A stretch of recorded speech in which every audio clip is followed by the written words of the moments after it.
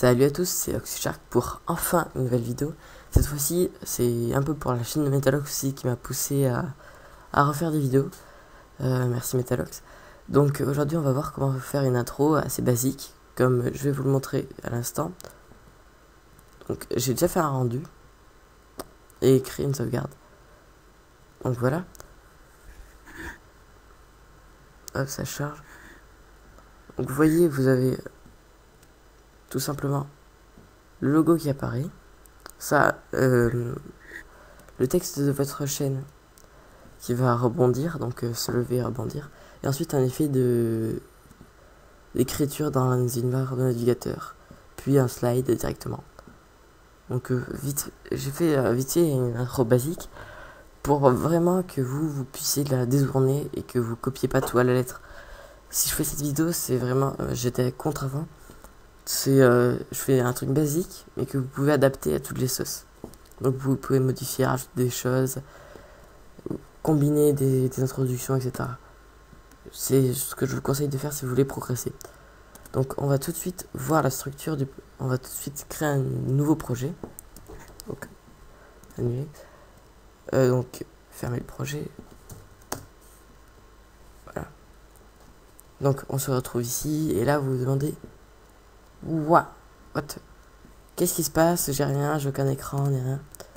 Et en fait, After Effects a une particularité, c'est que son projet, un projet peut être entièrement modifiable et va être par le biais de compositions. Les compositions, c'est un peu comme des groupes de calques, pour ceux qui travaillent avec Photoshop. Par ici, là, c'est les groupes de calques. Et dessus, on va pouvoir mettre des calques, ce qui est très sympa. Donc, elles ont la particularité de pouvoir modifier leur longueur, donc leur durée, leur hauteur, leur largeur, etc. Donc pour commencer un projet, il ne faut pas tout simplement commencer un projet, mais commencer une composition. Et là, le paramétrage commence. Je vais passer vite fait là-dessus, mais je ferai une vidéo sur le paramétrage plus tard. Donc tout simplement, ce qu'on va faire, c'est vite fait renommer notre composition en, par exemple, composition, par exemple, contenu ou tutoriel. On choisit le temps. Donc là, j'ai mis 10 minutes, 10 secondes, 7 frames, c'est l'ancienne paramétrage. On va mettre à peu près 12 secondes, 00. Voilà. Donc vous voyez que on a notre cadre en 100%. Là, vous pouvez aussi ajuster la taille. Donc on va faire ajuster jusqu'à 100%. Puis ici, on se retrouve, c'est bizarre, mais on a un fond transparent. Du moins, le transparent, c'est du noir pour lui. Donc on va modifier ça et on va passer directement avec un fond. On va créer un fond. Pour créer un fond, on va créer un nouveau solide de la couleur que vous voulez. Et voilà. Donc voilà, j'ai un fond, c'est magnifique. En fait, c'est pas vraiment un fond parce que c'est un solide qui s'est relié à la taille de mon écran. Je passerai plus tard aussi sur les masques qui peuvent permettre de faire morpher ces solides, etc. Donc tout simplement, là, je vais importer mon logo. Donc que j'ai sur mon bureau. Voilà. Dans After Effects. Donc dans la librairie, on peut pas directement, du moins, des fois c'est bugué, donc dans la librairie. On va ensuite le déposer au-dessus de mon fond. Qu'on va d'ailleurs renommer fond. Renommer. À savoir, quand je vous dis que c'est vraiment des calques, c'est des calques. Parce que vous voyez, ils passent derrière. Et même en 3D, ils peuvent passer derrière. C'est des objets 2D, mais on peut avoir un espace 3D qui va faire en sorte qu'ils passent derrière les uns les autres. Avoir un flou, une profondeur, etc. Donc tout de suite, on voit que mon logo est trop grand. Donc, on a deux choix. Soit le redimensionner en gardant l'échelle par rapport au point. Soit... Non, en fait, c'est tous les deux par rapport au point. Ils ont modifié ça. En maintenant Shift, c'est par rapport au point. Sinon, si vous ne maintenez pas Shift... Ah non, c'est toujours au point d'ancrage, en fait. Shift va conserver les proportions. Utilité de After Effects. et d'apporter dans la librairie, c'est que vous pouvez modifier votre image. Et mince, c'est pas ça et tout, vous voulez revenir aux dimensions normales. Vous avez juste à supprimer l'image et la réimporter. Voilà. Et l'image est de nouveau à ses dimensions. De même, l'image est un peu convertie en vectoriel, du coup, vous pouvez modifier ses dimensions si elle était grande à la base. Ça ne pixelisera pas si vous la remettez grande. Donc là, vite fait, je vais réduire mon logo et activer la grille. Le point d'ancrage est toujours centré au milieu de votre objet par convention. Donc, on va placer notre objet au milieu de l'écran, donc en se servant des repères. Je vois que c'est à peu près là. Si vous avez des doutes, titre action sécurisée, vous voyez le milieu de l'écran, c'est ici en fait. Et voilà. Je vais aussi le remonter un petit peu. Et comme ça, vous voyez, il est un peu sur des lignes. C'est parfait. Je centre, il est centré. Je vais désactiver la grille. Et les actions sécurisées. Voilà. Maintenant, vous vous dites, c'est bon, j'ai mon logo et tout, mais c'est noir, c'est moche. Mon logo est d'une couleur que je veux pas, ça va pas. Plutôt que d'importer un logo et de faire en sorte de risquer la pixelisation plus tard, en faisant un dégradé, on va faire un dégradé directement par les effets. Vous allez dans Génération et Dégradé. Vous pouvez aussi faire un dégradé 4 couleurs, mais je m'attarderai plus sur ça dans une autre vidéo, dans une série de vidéos consacrées aux bases d'After Effects. Donc on va choisir une belle couleur, voilà.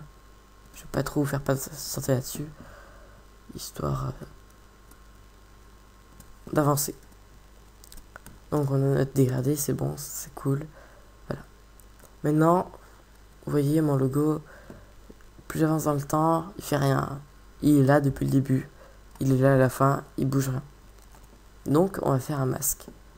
Pour ça, on va s'éloigner un petit peu. Et choisir l'outil plume. Et là, on peut faire notre propre masque. Donc voilà. Pour accéder au masque, ensuite, on appuie sur M.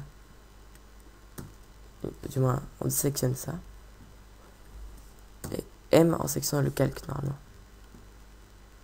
Ah, mais je suis passé en QWERTY, désolé. Donc, voilà. Voilà. Donc, on appuie sur la touche M. Voilà. Donc, vous voyez qu'on a notre masque. Maintenant, on va animer notre masque. Donc voilà, on se place au début. On lance l'auto-repérage des clés. Et on va avancer notre masque.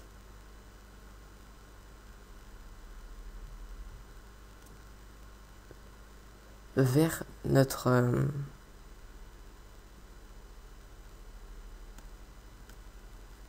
alors, hop, voilà. Vers notre logo. On va coller les clés. Donc de base, vérifiez bien à ce que votre masque soit à position 0. Donc vous allez sur la clé correspondante. Par exemple, vous faites ça. Voilà. Donc là, ça va être le masque qui va se déplacer. Mais en réalité, il ne va pas se déplacer. C'est les points du masque qui vont se déplacer, qui vont recréer une nouvelle forme à chaque fois, à chaque frame. Mais c'est un peu compliqué. Ensuite, on va sélectionner un seul point. Échappe. Donc pour ça, il nous faut l'outil plume.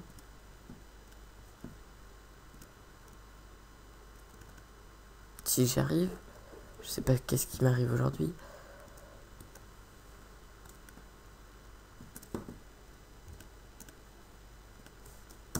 On va chercher le masque, masque 1.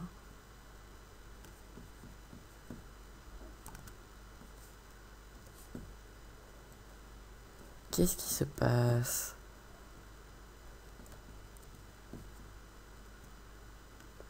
Au pire, on va enlever, remettre le point et ça devrait plus bugger. Voilà. Hop, on va remonter un peu le masque.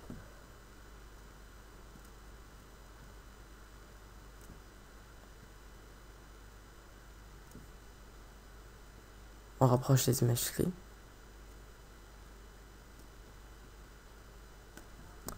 Puis on réavance dans le temps. On baisse de masque. On avance dans le temps. On baisse de masque. On avance encore. Et là, hop, voilà. Donc maintenant, si on fait une prévisualisation rendue, vous pouvez voir en taille réelle, du moins en vitesse réelle, que notre logo apparaît tranquillement. Voilà.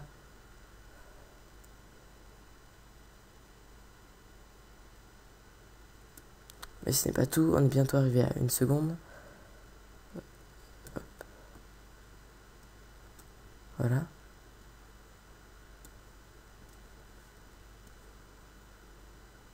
Et nous, ce que l'on veut, c'est donc à cette fameuse seconde, à peu près 1 seconde, on veut que notre texte, notre logo bascule. Donc pour ça, on va chercher l'outil texte, CTRL-T. Donc taper notre nom par exemple. Hop, design. On va sélectionner une police d'écriture. On met en molotte régulière. Et je vais garder à peu près la même couleur qui est au milieu de mon logo. J'augmente la taille en faisant glisser ça. Et je vais me positionner à peu près centré sur mon logo. Voilà. Une fois que j'ai ceci, vous voyez, cette fois-ci, mon texte ne fait rien toujours. Il ne fait toujours rien. Donc on va faire une prévision pour voir où est-ce qu'on va pouvoir se mettre à peu près dans le temps. Donc je vois que à peu près la seconde est sympa. Si on se met un peu avant 1 seconde, ça va être sympa. Ce que je vais faire maintenant, ça va être calque 3D. C'est ce qui va nous permettre donc d'accéder à la position 3D, etc. Voilà. Par exemple, la rotation Y, Z, voilà, et X.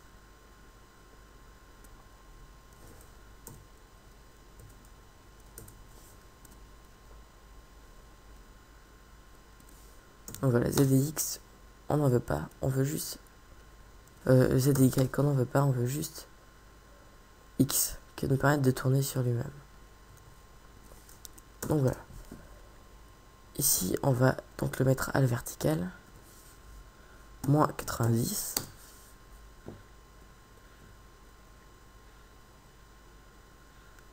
Voire moins 97, voilà. Et vous voyez qu'on ne voit plus du tout notre calque. Je sais pas si c'est le cas aussi jusqu'à... Voilà. On pose une keyframe. Et on va se mettre une demi-seconde plus tard. 15 frames. Vu que j'ai paramétré que 1 seconde était égale à 30 frames. Toujours modifiable, bien sûr, à l'intérieur de la composition, en faisant paramètre de la composition. Voilà. Et là, on va faire 0. Donc là, notre texte, si vous regardez, voilà. On veut faire rebondir ce texte. Donc ce qu'on va faire, c'est on va se mettre un peu plus loin. La rotation, on va la modifier et on va l'avancer par exemple à 10. Voilà. Et donc vous voyez, notre texte va s'arrêter, recommencer sa course. Donc on va le mettre plutôt à 15, voilà. Donc 15, je dis. Voilà. Et on va le faire repasser à 0.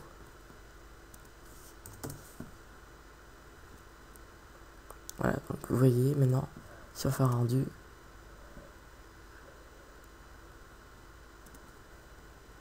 on trouve que cette clé est un peu trop loin. On refait un rendu. Voilà. Et c'est parfait. Maintenant, on se dit, c'est bien, j'ai mon logo, j'ai mon nom qui s'affiche. Et si je mettais l'URL de ma chaîne? Donc pour ça, Hop, on trouve toujours un bon endroit. Et ici, on se dit, à 2 secondes, c'est parfait. Donc on va prendre encore un texte, taper l'URL.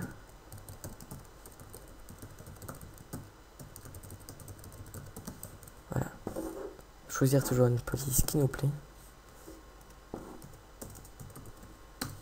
Voilà, et baisser la taille pour que ça rentre sous notre pseudo. Là, encore une fois, ce n'est toujours pas animé, car After Effects ne fait pas le boulot tout seul. Il faut toujours tout lui dire. Oh, j'ai fait une faute d'orthographe. Voilà, design. Il faut toujours tout lui dire. Donc, ce qu'on va faire là, je vais créer une précomposition histoire histoire de pas trop vous emmêler les pinceaux. Précomposition, c'est une composition que vous pouvez créer rapidement avec les mêmes paramètres que sa composition parente. Oui. Donc par exemple tuto. Donc là on va appeler URL et on va lui donner un effet d'apparition comme si on tapait le texte.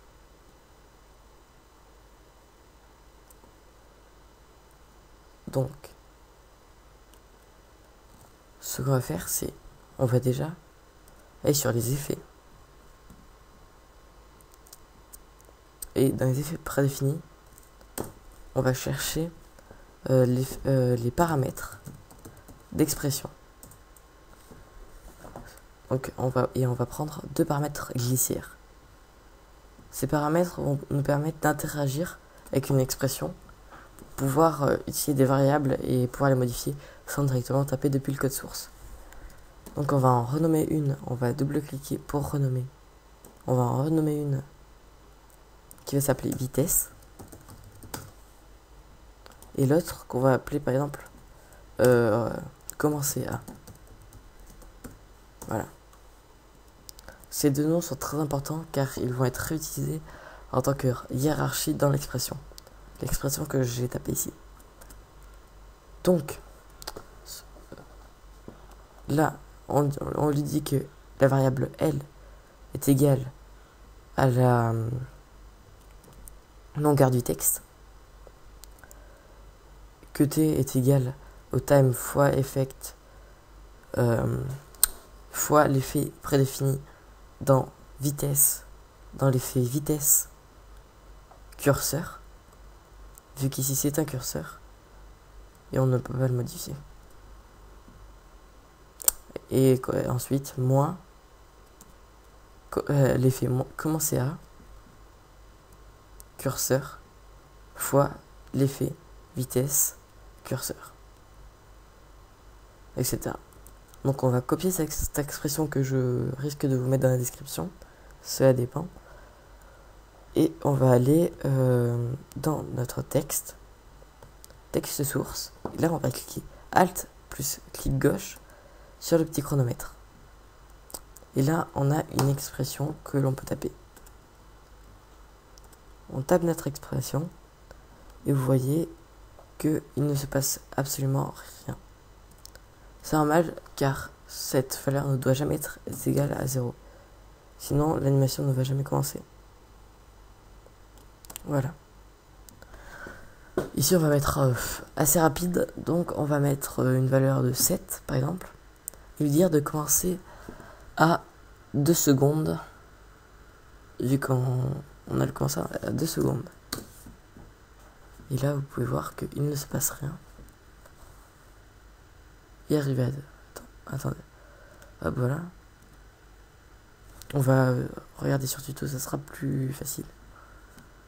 Vous voyez que là, ça charge, ça. Il ne se passe rien. Et à nos 2 secondes, voilà. Donc là, il ne se passe rien. À partir de 2 secondes, notre texte commence à apparaître. Et là, bien sûr, on a de la marge, parce que notre texte est apparu, c'est beau, c'est magnifique. Sauf que maintenant, la composition est un peu trop longue. Donc, utilité des compositions et des précompositions. Nous allons mettre nous allons régler la composition tuto. Ah, par exemple, là on a 10. Nous sommes à 10 secondes. Et non, tout d'abord, ce que là on va faire, je pense, c'est on va faire l'effet de slide. Excusez-moi, j'avais oublié l'ordre. Donc on va créer une nouvelle précomposition que on va appeler contenu. Et voilà. Et à partir de ces 10 secondes, on appuie sur P pour position. On enregistre la position de départ. Juste après, on va Shift plus clic pour pouvoir modifier seulement sur un axe. Sur un certain axe. Voilà. Et on va la faire sortir de l'écran. Là, vous voyez que je précharge l'image. Voilà. La composition sort. Je vous conseille notamment d'enregistrer un AEP pour garder la transparence. Ou alors, si vous voulez mettre le noir et mettre un fondu derrière, ça peut être un peu plus sympa de directement l'enregistrer en vidéo.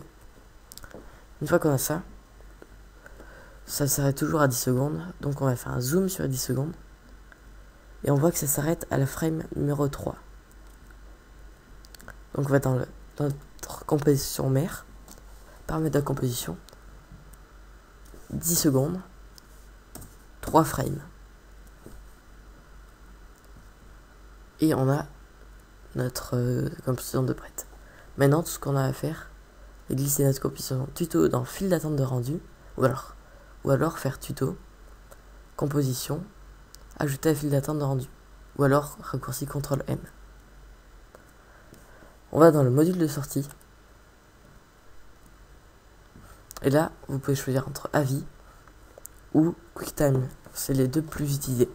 Pour l'introduction que vous n'avez pas directement uploadé, vous pouvez prendre QuickTime, ça sera mieux, ça sera plus léger. Et pour le rendu, ça sera un peu mieux. Dans le format, vous allez choisir H264.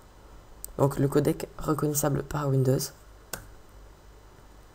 Et si vous avez mis de la musique, cochez la sortie audio. Cliquez sur OK. Et là, vous allez choisir l'emplacement de votre fichier. Donc moi je vais lui dire, vous me faites le rendu sur le bureau. Mais avant, tout d'abord, chose très importante, on va quand même enregistrer notre projet pour ne pas tout perdre. Et on va lui dire, par exemple, tu vas nous enregistrer ça aussi sur le bureau. En tant que introduction, tuto, par exemple. Voilà, une fois que c'est ça, on est sûr de ne pas perdre notre composition. On peut faire le rendu et fermer la fenêtre une fois que le rendu est terminé. Quand le rendu sera terminé, vous entendrez une jolie musique qui vous signifiera que c'est éteint. Donc en attendant, vous pouvez aller où vous voulez, jouer à des jeux, etc. Même si ça va faire un peu laguer du fait que vous faites un rendu. Voilà. J'espère que ce tuto vous aura plu. N'hésitez pas à liker ma chaîne et pourquoi pas faire un tour sur la chaîne de Metalox. Voilà, bye.